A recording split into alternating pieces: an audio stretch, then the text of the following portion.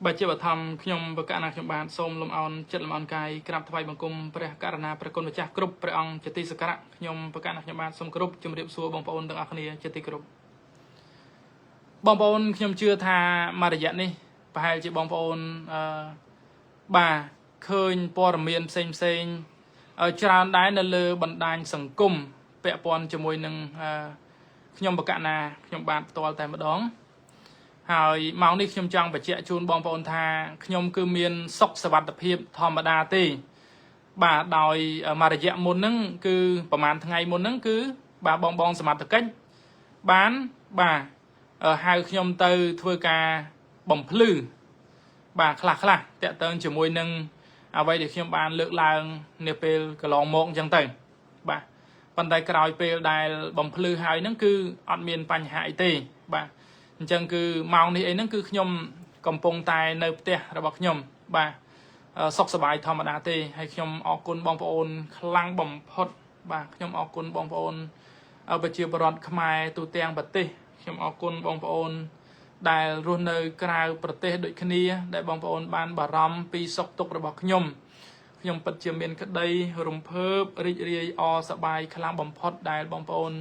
បារម្ភពីសុខទុក្ខរបស់ខ្ញុំបានខ្ញុំអត់មានអីច្រើនទេខ្ញុំមានតែម្រាមដៃ10ជូនពរបងប្អូនទាំងអស់គ្នាឲ្យសុខសប្បាយសុខសុវត្ថិភាពបាទគ្រប់ការធ្វើដំណើរទៅទីចិត្តទីឆ្ងាយជាពិសេស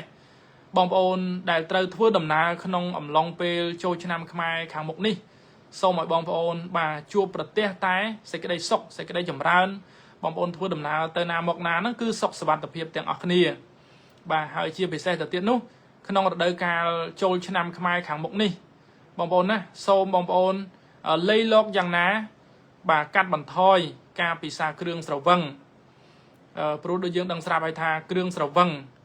វាបង្កនៅជំងឺច្រើនប្រភេទណាស់នៅថ្ងៃអនាគតហើយអាហ្នឹងយើងនិយាយពីថ្ងៃអនាគតទេតែក្នុងពេលបច្ចុប្បន្នបើកាលណាបងប្អូនប្រព្រឹត្តជាប់តែម្ដងហើយបងប្អូនអាចនឹងស្រវឹងបាទខ្លាំងនោះបងប្អូនអាចនឹងបង្កគ្រោះថ្នាក់ចរាចរណ៍ដោយយថាហេតុទៅទៀតអញ្ចឹងចូលបងប្អូនបាទធ្វើជាពលរដ្ឋល្អនៅក្នុងសង្គមទាំងអស់គ្នាដោយយើងទាំងអស់គ្នាគឺថាគោរពច្បាប់ចរាចរណ៍ផងហើយការបើកបរហ្នឹងគឺកុំទទួលទានគ្រឿងស្រវឹងបាទបើទទួលទាននៅក្នុងកម្រិតណាមួយដែលច្បាប់បាទក្រោមច្បាប់ហាមឃាត់នោះមិនជាបញ្ហាទេបាទបងប្អូនអាចទទួលទានបានតែបើកាលណាលើសកម្រិតដែលច្បាប់ហាមឃាត់ហើយបងប្អូននឹងត្រូវបាទផាកពិន័យដោយបងសមត្ថកិច្ចលាក់ចឹងទៅអញ្ចឹងបងប្អូនចូលគិតគូរពីសុខសុវត្ថិភាពបាទសុខភាពរបស់ខ្លួនឯងហើយធ្វើជាពលរដ្ឋល្អធ្វើជាបាទមនុស្សល្អនៅក្នុងសង្គមព្រោះនៅក្នុងសង្គមរបស់យើងត្រូវការបងប្អូនទាំងអស់គ្នាចូលរួមបងប្អូនទាំងអស់គ្នាគឺជាកោសិការបស់សង្គមយើងទាំងអស់គ្នាសិតតែជាផ្នែកដ៏សំខាន់នៅក្នុងការចូលរួមជួយបាទឲ្យប្រទេសជាតិរបស់យើងរីកចម្រើនបាទរុងរឿងដោយប្រទេសជិតខាងក៏ដូចជាប្រទេសបាទនៅឯលោកខាងលិចផងដែរអញ្ចឹងនៅក្នុងវេលាឱកាសនេះខ្ញុំមិនមានអ្វីច្រើនទេហើយខ្ញុំនឹងបន្តធ្វើវីដេអូអប់រំបាទជាមួយនឹងបងប្អូនជាបន្តបន្ទាប់ទៀតគ្រាន់តែម៉ោងនេះខ្ញុំចង់ live បញ្ជាក់ជូនបងប្អូនថាខ្ញុំបាទគឺនៅផ្ទះសប្បាយរបស់ខ្ញុំធម្មតាទេនេះគឺកន្លែងខ្ញុំថតវីដេអូជារៀងរាល់ថ្ងៃបាទហើយខ្ញុំនឹងចេញវីដេអូជាបន្តបន្ទាប់ទៀតបាទដើម្បីជាសារដាស់តឿនក្រើនរំលឹកដូចជាអប់រំបងប្អូនក្មួយយុវជនបាទឲ្យមានស្មារតីភ្ញាក់រលឹកនៅក្នុងការរៀនសូត្របាទខិតខំប្រឹងប្រែងបំពេញការងារបាទការរកស៊ីអីផ្សេងជាដើមព្រោះបងប្អូនក្មួយជាទំពាំងស្នងឫស្សីបើកាលណាបងប្អូនជាធនធានមនុស្សប្រទេសជាតិរបស់យើងគឺបាទពឹងផ្អែកទៅលើបងប្អូនហើយបាទអញ្ចឹងថ្ងៃនេះខ្ញុំមិនមានអ្វីច្រើនទេខ្ញុំអរគុណបងប្អូនណាស់បាទខ្ញុំអរគុណសម្រាប់ក្តីបារម្ភការយកចិត្តទុកដាក់ការសួរនាំផ្សេង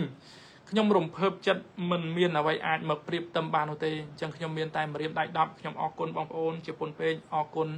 គុណជាទីបំផុតអរគុណយ៉ាងជ្រាលជ្រៅចំពោះក្តីស្រឡាញ់ដែលបងប្អូនបាន